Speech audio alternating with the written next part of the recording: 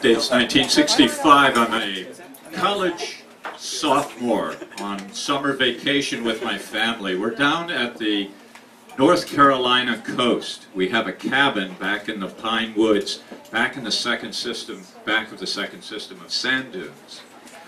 It's a hot night. There is a breeze blowing, and we have 7 in our family, and we're all stuffed in this cabin. I can't get to sleep. There's something restless about the night, and I look out through the window, and through the pines I see it's a full moon, and the surrounding area is eerily lit. It has a blue cast to it.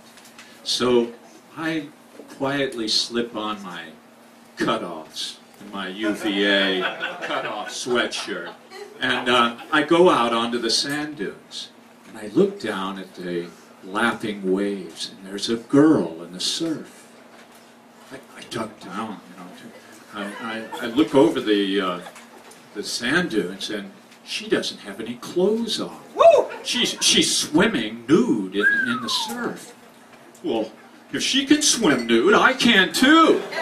So I take off my UVA cutoff sweatshirt and my cutoff jeans, and I throw my underpants under a bush, and I run at a slant. I don't want to scare her by running right at her. I gotta slant off this way, you know.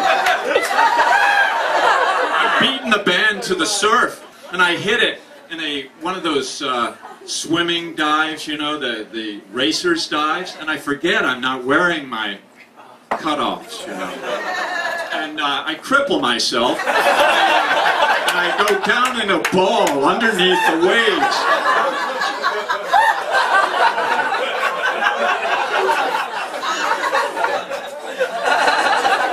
So finally I gather my resources, and I swim this arc, and she's frolicking in the surf, and she has jet black hair in this light, and I get abreast of her, if I can use that phrase, and I look over at her, and she casually looks over at me, and she smiles.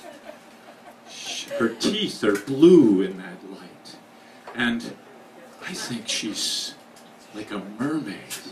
I dive under the surf and come up in back of her, and there I'm just floating on the waves.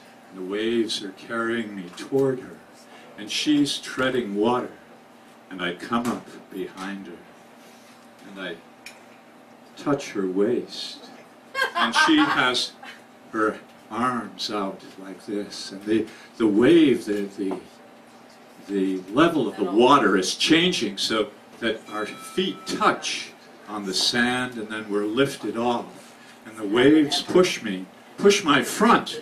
Check this, my front into her back, and I feel her curves and her crack, and I have my hands are going up her torso.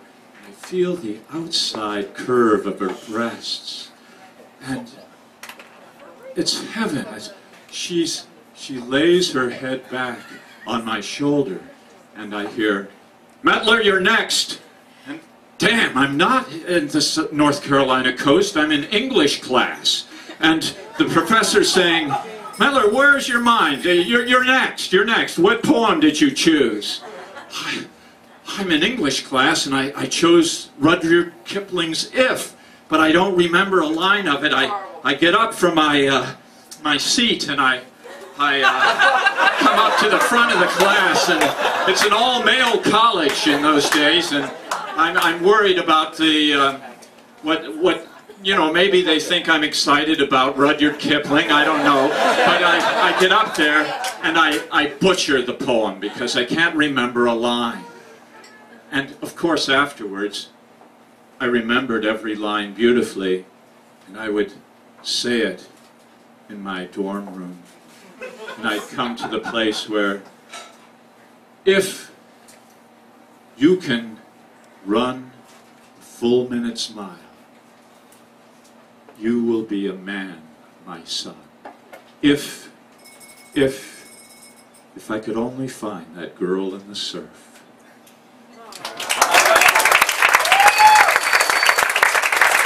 That was beautiful.